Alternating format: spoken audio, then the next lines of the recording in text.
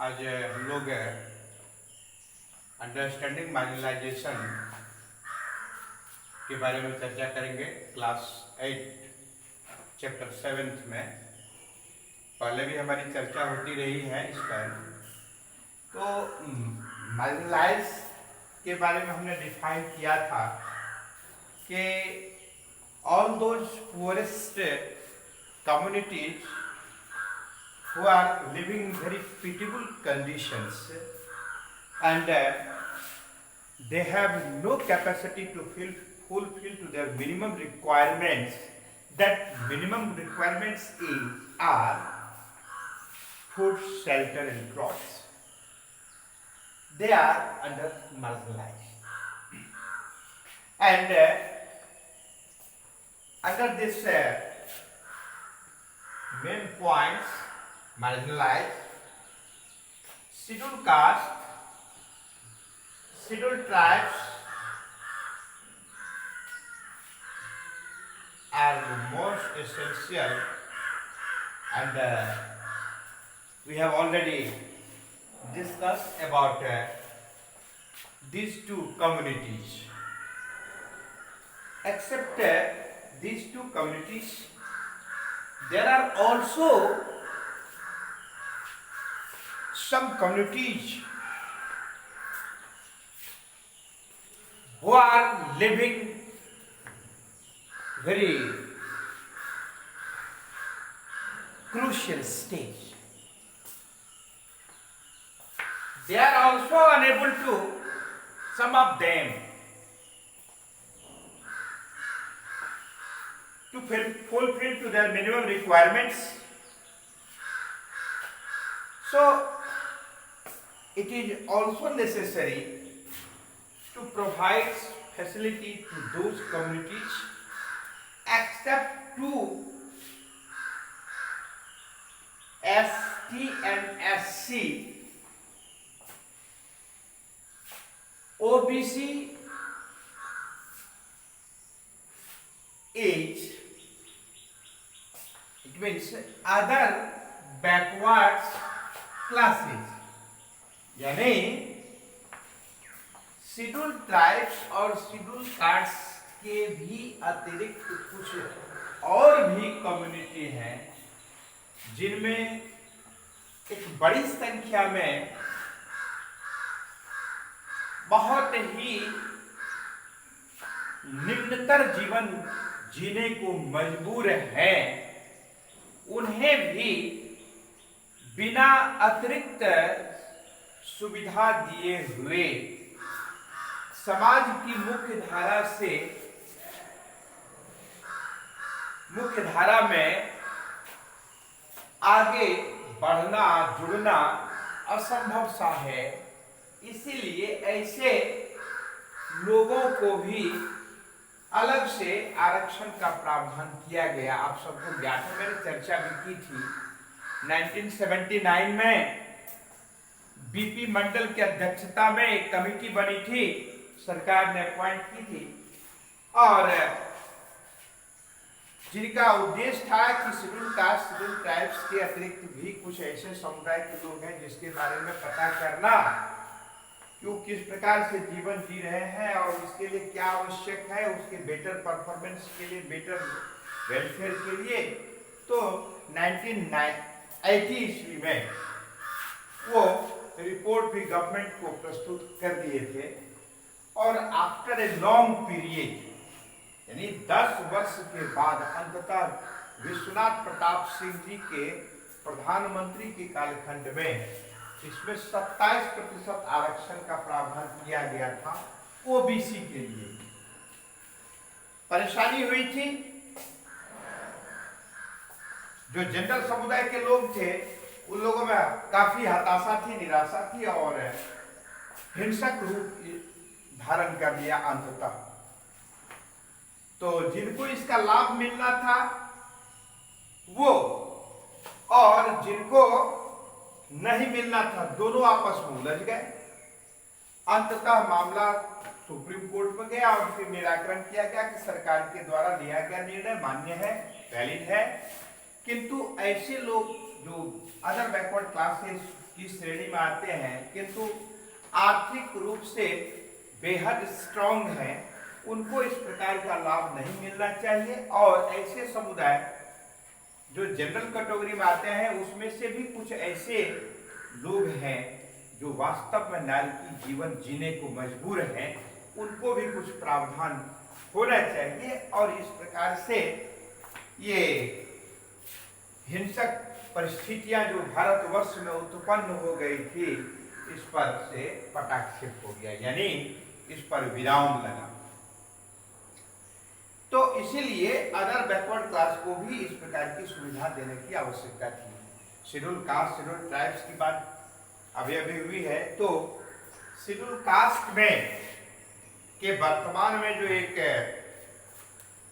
नेता थे जो कल उनका निधन हो गया,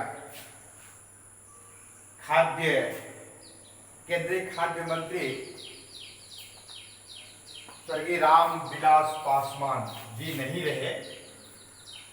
तो एक साधारण परिवार से संघर्ष करते हुए एक भारतवर्ष के मानस पटल पर अपनी एक पहचान बनाने वाले ऐसे शख्स थे, उनको मैं नमन करता हूं। तो ऐसे ही दलित पिछड़े वर्ग के नेताओं के द्वारा उस समुदाय को संदेश देने का कार्य होता है कि भाई तुम भी आगे बढ़ो, आप भी आगे बढ़ो। तो इसके अतिरिक्त ओबीसी है जिस पर अभी चर्चा हुई है कि इसकी संख्या भारतवर्ष में लगभग 52% की है। इसके अतिरिक्त भी कुछ ऐसे समुदाय के लोग हैं जिनकी संख्या नगण्य है और उन लोगों में भी काफी आर्थिक विषमता की स्थिति है और उन्हें भी अतिरिक्त लाभ और संरक्षण की आवश्यकता है। ऐसा निर्णय लिया गया था संविधान के निर्माताओं के द्वारा और उन्हें अतिरिक्त एडवांटेज देने की बात हुई थी। उसमें क्रिश्चियन आता है, सिख आते हैं, बुद्धिस्ट आते हैं, पारसी आते हैं इत्यादि। किंतु उसी कालखंड में मुस्लिम भाइयों को भी उसमें शामिल कर दिया गया था, आज भी है। किंतु इसका जो डिफिनीशन है ये हु आर अंडर माइनॉरिटी, कौन अल्पसंख्यक में आते हैं, तो इसमें है कि जिसकी संख्या नगण्य है, नहीं के बराबर है, लेस देन 1% है या 1% के करीब है, तो ऐसे समुदाय के लोग को भी उसका भी प्रतिनिधित्व हो, उस वैसे समुदाय के लोगों की भी सहभागिता हो, तो उन्हें भी कुछ विशेष एडवांटेज दिए जाने की बात हुई। आप लोगों ने जॉर्ज फर्नांडिस का नाम सुना होगा, वो ऐसे ही कैटेगरी के नेता थे। तो अभी जिस समय में देश आजाद हुआ था, हमारे मुस्लिम भाइयों की संख्या लगभग 1.32 करोड़ थी।